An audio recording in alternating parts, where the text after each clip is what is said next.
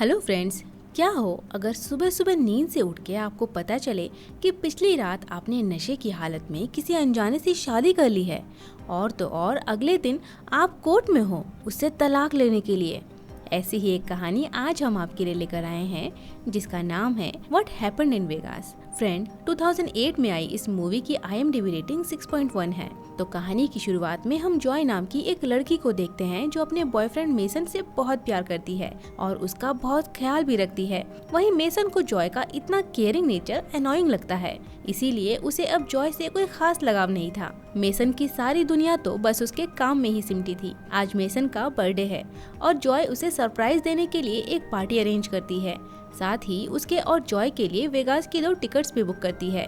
दूसरी तरफ हम जैक नाम के एक अय्याश लड़के को देखते हैं जिसका प्यार और कमिटमेंट नाम की चीजों से दूर दूर तक कोई नाता नहीं था, मगर लड़कियों के साथ इंटीमेट होना उसे बहुत अच्छा लगता है। उसे फर्क नहीं पड़ता कि उसके सामने कौन है, बस लड़की होनी चाहिए। हम देखते हैं कि जैक अपने ऑफिस में अपने कलीग्स के साथ काम छोड़ के मैच पे सट्टा लगा रहा है। तभी वहाँ उसके बॉस आ जाते हैं और जैक के बॉस कोई और नहीं बल्कि उसके डैड हैं। जैक का इस तरह से अपने एम्प्लॉयज के साथ सट्टा लगाना और उन्हें भी अपने साथ काम चोरी सिखाना जैक के डैड को अच्छा नहीं लगता। वो उसे बोलते हैं कि मैं नहीं चाहता कि तुम अब यहाँ काम करो, इसीलिए मैं तुम्हें काम से निकाल रहा हूँ। जैक गुस्से में बोलता है, आप मुझे मेरी ही कंपनी से कैसे निकाल सकते हैं? आपके बाद तो ये सब कुछ मेरा ही होने वाला है। डैड बोलते हैं, मेरे जाने के बाद मैं ये कंपनी किसी ट्रस्ट के नाम कर दूंगा पर तुम्हारे नाम कभी नहीं करूंगा। उधर जॉय पार्टी में मेसन का इंतजार करती है। उसी पार्टी में जॉय की बेस्ट फ्रेंड भी आती है और मेसन के लिए जॉय की दीवानगी देख के उसे भी लगता है कि ये सब कुछ ज्यादा ही नहीं हो रहा है। बल्कि सच तो ये है कि जिस तरह से मेसन जॉय को इग्नोर करता है वो इतना डिजर्व भी नहीं करता। कुछ देर बाद मेसन पार्टी में आता है। जॉय मेसन को लेने के लिए दरवाजे तक जाती है। दरवाजा खोलते ही जॉय बोलती है, मैंने तुम्हारे लिए एक सरप्राइज पार्टी रखी है। मेसन बोलता है, नहीं जॉय, मुझे इन चीजों की कोई जरूरत नहीं है। दरअसल मैं तुमसे काफी समय से एक बात बोलना चाहता था। जॉय बोलती है, तुम ये सब बातें बाद में बोलना, अभी अंदर चलो। लेकिन मेसन बोलता है, मैं तुमसे प्यार नहीं करता और ना ही मुझे तुम्हारे साथ रहना है, हमें ब्रेकअप कर लेना चाहिए। मेसन की बात सुनकर जॉय बहुत अपसेट हो जाती है। जॉय अब पार्टी में अपनी बेस्ट फ्रेंड के साथ बैठ के अपना दुख बांटती है कि कैसे उसने मेसन की वजह से अपनी जिंदगी बर्बाद कर ली। उसे लगा था कि मेसन उससे शादी करेगा, लेकिन उसने उसकी उम्मीदों पर पानी फेर दिया। उसकी फ्रेंड उसे बोलती है, छोड़ ना ये सब, चल कहीं घूमने चले, इससे तेरा मूड भी अच्छा हो जाएगा। जॉय बोलती है, हाँ वैसे भी मेरे पास वेगास की 2 टिकट्स हैं, क्यों ना हम वहीं चले। और अगले दिन दोनों वेगास के लिए निकल जाते हैं। इधर जैक भी अपने दोस्त हेटर के साथ अपना दुख बांटता है कि कैसे उसके डैड ने उसकी ही कंपनी से उसे निकाल दिया। हेटर उसे बोलता है, तुझे अपने डैड के ऊपर केस कर देना चाहिए, लेकिन जैक ऐसा नहीं करना चाहता। वो हेटर को बोलता है, नहीं हमें कहीं घूमने जाना चाहिए। हेटर उसे बोलता है, चल फिर वेगास चले। अब जैक और हेटर भी वेगास पहुंच जाते हैं और दोनों अपने होटल के कमरे में पहुंच के देखते हैं कि वहां पहले से ही 2 लड़कियां मौजूद है और ये लड़कियां कोई और नहीं बल्कि जॉय और उसकी दोस्त टिपर थी जो बाथरूम में नहा रही थी। जॉय और टिपर उन दोनों को चोर समझकर उन्हें मारने लगती है। गलतफहमी दूर होने के बाद उन्हें पता चलता है कि गलती से उन्हें एक ही कमरा दे दिया गया है। जॉय गुस्से में होटल के रिसेप्शन पर जाती है और मैनेजर से शिकायत करती है, लेकिन मैनेजर माफी मांगते हुए बोलता है कि अभी सारे रूम्स फुल हैं, इसीलिए आप लोगों को एक ही रूम में एडजस्ट करना होगा। जॉय गुस्से में झगड़ा करने लगती है, इसीलिए मैनेजर उसे शांत करने के लिए 2 शॉपिंग कूपन दे देता है। इन कूपन से जॉय जैक को चिढ़ाती है और अब गुस्से में जैक भी मैनेजर से कंपनसेशन मांगता है। अब मजबूरन मैनेजर जैक को भी VIP शॉपिंग के पास दे देता है। अब चारों शांति से एक ही रूम में रुकने के लिए तैयार हो गए हैं और पास मिलने के बाद चारों एक साथ घूमने का प्लान बनाते हैं। और सबसे पहले वो एक लंबोर्गिनी बुक करते हैं अपने घूमने के लिए, लेकिन अपनी आदतों से मजबूर जैक और हेटर जॉय और टिपर के साथ छेड़छाड़ करने की कोशिश करते हैं, इसीलिए नाराज होकर दोनों वहां से निकल जाती है। जैक को अपनी गलती का एहसास होता है और वो जॉय को अपने साथ ड्रिंक पर चलने के लिए बोलता है। पहले तो जॉय जाने से मना कर देती है, लेकिन जैक के बार बार मनाने से वो मान जाती है। अब दोनों एक साथ बहुत ड्रिंक करते हुए एक दूसरे के साथ अपने यहाँ आने का रीजन बताते हैं। जैक बोलता है कि मेरे डैड ने मुझे अपनी ही कंपनी से निकाल दिया है, इसीलिए मैं कुछ दिनों के लिए वेगास आया हूँ। जॉय भी जैक को बोलती है, मेरा फियांसे मुझे धोखा देकर चला गया है, इसीलिए मैं अपना गम बुलाने के लिए यहाँ आई हूँ। दोनों अपनी अपनी जिंदगी की परेशानियों को शेयर करते हैं और इस दौरान काफी फ्रेंडली भी हो जाते हैं। इस तरह ड्रिंक करते हुए वो पूरी रात जमकर पार्टी करते हैं। पार्टी के दौरान दोनों एक दूसरे के काफी करीब आ जाते हैं और उसके बाद दोनों अपने होटल में जाकर इंटीमेट हो जाते हैं। सुबह उठकर जॉय देखती है कि उसकी उंगली में एक अंगूठी है उसे याद आता है कि कल रात शराब के नशे में उसने और जैक ने शादी कर ली है। उधर जैक भी हेटर को बोलता है, मैंने जॉय से शादी कर ली है। हेटर सुन के हैरान हो जाता है। उसी समय वहाँ जॉय और टिपर भी पहुँचती है और सब मिलकर एक साथ ब्रेकफास्ट करते हैं। जैक मौका देखकर जॉय को साइड में ले जाकर बोलता है, कल रात हमारे बीच जो भी हुआ वो बस शराब के नशे में गलती से हुआ। तभी जॉय बोलती है, तुम मुझे धोखा दे रहे हो, बल्कि मैं तुम्हें धोखा देने वाली थी।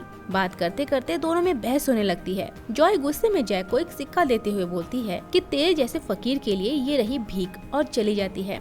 जैक भी गुस्से में उस सिक्के को कैसीनो के एक मशीन में डाल देता है और वहाँ से जाने लगता है। तभी मशीन से जोर की आवाज आती है और जैक को पता चलता है कि उसने $3 मिलियन जीत लिए हैं। इससे जॉय भी खुश हो जाती है और बोलती है, ये लॉटरी मेरे सिक्के से लगी है, इसीलिए आधी रकम मेरी होगी। जैक बोलता है, सिक्का तो तुमने मुझे दे दिया था, इसीलिए तुम ये पैसा भूल जाओ। लेकिन पैसे देखकर जॉय पलट जाती है और बोलती है कि तुम तो मेरे हस्बैंड हो ना, इन पैसों पे मेरा भी हिस्सा है। जैक पैसों को किसी में बांटना नहीं चाहता था। बात इतनी बढ़ गई कि दोनों का ये मामला कोर्ट तक जा पहुंचा।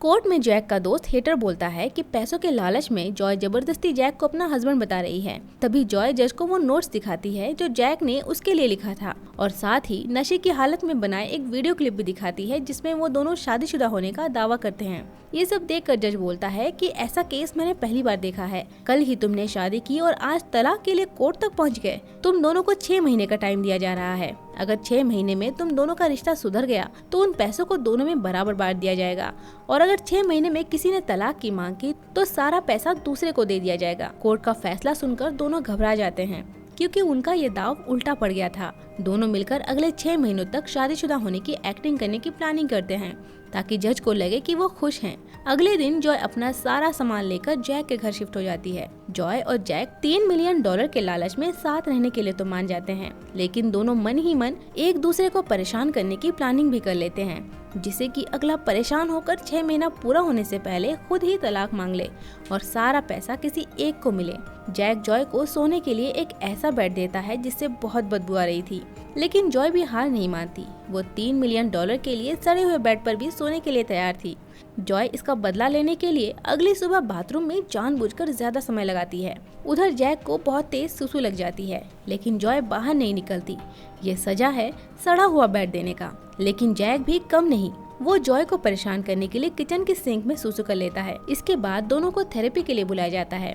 थेरेपिस्ट के सामने दोनों एक दूसरे को प्यार जताते हैं, जिससे थेरेपिस्ट को लगे कि वो खुश हैं। इस तरह कई दिन बीत जाते हैं। एक दिन जॉय टिपर को अपनी परेशानियां बताती है। टिपर बोलती है, मेरे पास एक आइडिया है। अगर हम ये प्रूफ कर दे कि जैक का तुम्हारे अलावा किसी और के साथ भी अफेयर चल रहा है तो जज अपना फैसला तुम्हारे पक्ष में सुनाएगा। उधर हेटर भी जैक को यही प्लान बता रहा था कि अगर तुम्हारी पत्नी का अफेयर किसी और के साथ हो जाए तो सारे पैसे तुम्हारे। अगले ही दिन से दोनों ने अपने अपने प्लान पर काम करना शुरू कर दिया। सुबह सुबह जैक जॉय के मिल्क शेक में बहुत सारी वियाग्रा मिला देता है। जॉय जब ऑफिस में होती है तो वो अपने बॉस की बातों में आकर अपने बॉस के साथ ही इंटीमेट होने को तैयार हो जाती है। उधर जैक के घर पर भी 2 लड़कियां आती है और बोलती है कि हमारे घर का दरवाजा लॉक हो गया है और जब तक कोई आकर लॉक खोल नहीं देता तब तक क्या मैं और मेरी दोस्त यहाँ रुक सकते हैं। अय्याश जैक भला ये मौका कैसे छोड़ सकता था। वो दोनों को घर के अंदर आने की परमिशन दे देता है और अपने दोस्त हेटर को भी कॉल करके अपने घर बुला लेता है। जैक की बात सुनते ही हेटर उसे बोलता है कि अरे ये तेरी नकली बीवी का प्लान है, वो तुझे फंसाकर सारा पैसा अपने नाम करना चाहती है। ये सुनकर जैक को भी एक आइडिया आता है और वो अपने कुछ लफंगे दोस्तों को अपने घर बुला लेता है, जो आते ही उन लड़कियों पर टूट पड़ते हैं, जिससे दोनों लड़कियां घबराकर वहां से चली जाती है। अगले दिन जैक अपनी एक दोस्त को काउंसलर बनाकर जॉय को फोन करवाता है। वो जॉय को बोलती है कि आज की काउंसलिंग फ्राइडे को शिफ्ट कर दी गई है। ये सुनकर जॉय खुश हो जाती है और तसल्ली से नहाने लगती है, लेकिन तभी उसे जैक के घर से बाहर जाने की कुछ आवाज सुनाई देती है। जॉय को ये सब थोड़ा अजीब लग रहा था। वो तुरंत काउंसलर को कॉल करती है, जिससे उसे पता चलता है कि उनकी मीटिंग तो आज ही है। ये सुनकर जॉय जल्दी से तैयार होकर बाहर निकलती है और टैक्सी करके काउंसलर के पास जाने लगती है। हालांकि उसे जैक रास्ते पे मिला था और उसे पता भी है कि उसे टैक्सी नहीं मिल रही है, लेकिन वो उसे अपने साथ जानबूझकर नहीं लेती ताकि वो उसे मजा चखा सके। तभी जैक उसे कॉल करके बोलता है कि तुम्हारा पर्स तो मेरे पास है, तुम टैक्सी वाले को पैसे कहाँ से दोगी। टैक्सी ड्राइवर दोनों की बातें सुनते ही अपनी कार रोक देता है और जॉय को टैक्सी से बाहर निकलने को बोलता है, क्योंकि उसे पता है कि उसके पास पैसे नहीं है। जॉय टैक्सी ड्राइवर से रिक्वेस्ट करती है और बोलती है कि तुम जो बोलोगे मैं वही करूंगी। टैक्सी ड्राइवर बोलता है ठीक है, फिर जल्दी से अपने कपड़े उतारो। पहले तो जॉय मना कर देती है, लेकिन बाद बाद में उसकी बातें मान लेती है। इसके बदले में टैक्सी ड्राइवर उसे काउंसलर के पास पहुंचा देता है। वहीं जैक भी किसी तरह काउंसलर तक पहुंच जाता है। उसी रात जैक घर पहुंच के देखता है कि जॉय ने जैक के मॉम डैड को बुला रखा है। दरअसल जॉय जैक के पेरेंट्स का दिल जीतकर उन्हें अपने फेवर में लेना चाहती थी, ताकि बाद में वो कोर्ट में अपने बेटे का नहीं बल्कि उसका साथ दे। जैक उसे बोलता है कि ये लड़ाई हम दोनों के बीच है, मेरे पेरेंट्स को इन सब के बीच में मत लाओ। इस पर जॉय को अपनी गलती का एहसास होता है और वो उसकी बात मान जाती है। अब सभी साथ मिलकर डिनर करते हैं। अगली सुबह जैक अपना कुछ सामान ढूंढ रहा था, तभी उसके हाथ में जॉय की एक अंगूठी लगती है जो कि उसे कभी मेसन ने दी थी। उसे एक आइडिया आता है और वो उस अंगूठी को लेकर मेसन से मिलने जाता है। वो उसे बोलता है कि जॉय अभी भी तुमसे बहुत प्यार करती है। कल जॉय पार्क में घूमने आ रही है, अगर तुम चाहो तो वहाँ आकर उससे मिल सकते हो। और अपनी चाल के मुताबिक जैक अपने सभी दोस्तों को पार्क में मिलने बुलाता है, जहाँ पर जॉय भी टिपर को लेकर पहुँचती है। जैक को कुछ छोटे बच्चों के साथ खेलता देख जॉय उसकी तरफ अट्रैक्ट होने लगती है। जॉय और जैक पार्क में घूम ही रहे थे कि तभी जैक कुछ बहाना बनाकर गायब हो जाता है। उसके जाते ही मेसन वहां आ जाता है। जॉय मेसन को देखकर हैरान रह जाती है। मेसन अपनी गलती के लिए जॉय से माफी मांगता है और बोलता है कि अगर तुम चाहो तो हम इस रिश्ते की एक नई शुरुआत कर सकते हैं, लेकिन जॉय उसे मना कर देती है और उसे चले जाने के लिए बोलती है। दूर से छुपकर जैक उन दोनों को देख रहा था, लेकिन ये क्या, खुश होने की बजाय जैक को जॉय और मेसन को साथ देखकर जलन महसूस हो रही थी। और ये सारी बातें जैक अपने दोस्त हेटर को बोलता है। हेटर उसे बोलता है कि इसका मतलब ये है कि तुझे जॉय से प्यार हो गया है। जैक बोलता है नहीं, मैं प्यार के लिए नहीं बना हूँ। और अपनी फीलिंग्स को साइड में रखते हुए वो बोलता है कि मुझे कल जॉय की एक ऑफिस पार्टी में जाना है। हेटर झट से बोलता है, यही मौका है, तुम जॉय को सबके सामने नीचा दिखा सकते हो। पार्टी में जैक जॉय को बर्बाद करने के इरादे के साथ पहुँचता है। तभी जॉय उसके सामने एक बहुत सुंदर ड्रेस पहनकर आती है। अपने सामने खड़ी खूबसूरत जॉय को देखकर जैक अपना सारा प्लान भूल जाता है। इसके बाद जॉय जैक को अपने बॉस से मिलवाती है।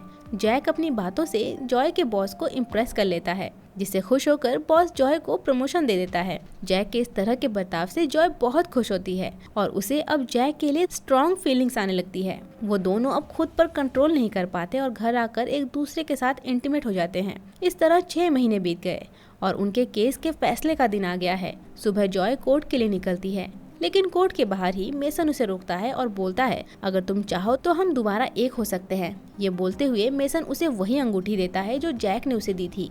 जॉय को समझने में जरा भी देर नहीं लगती कि मेसन उसके पास बार बार क्यों आ रहा है, ताकि वो मेसन के पास चली जाए और सारा पैसा जैक को मिल जाए। लेकिन जैक की इस हरकत से जॉय का दिल टूट जाता है। कोर्ट में जब जज पूछता है कि क्या वे साथ रहना चाहते हैं, जॉय बोलती है, मुझे तलाक चाहिए और मुझे जैक से एक भी पैसा नहीं चाहिए।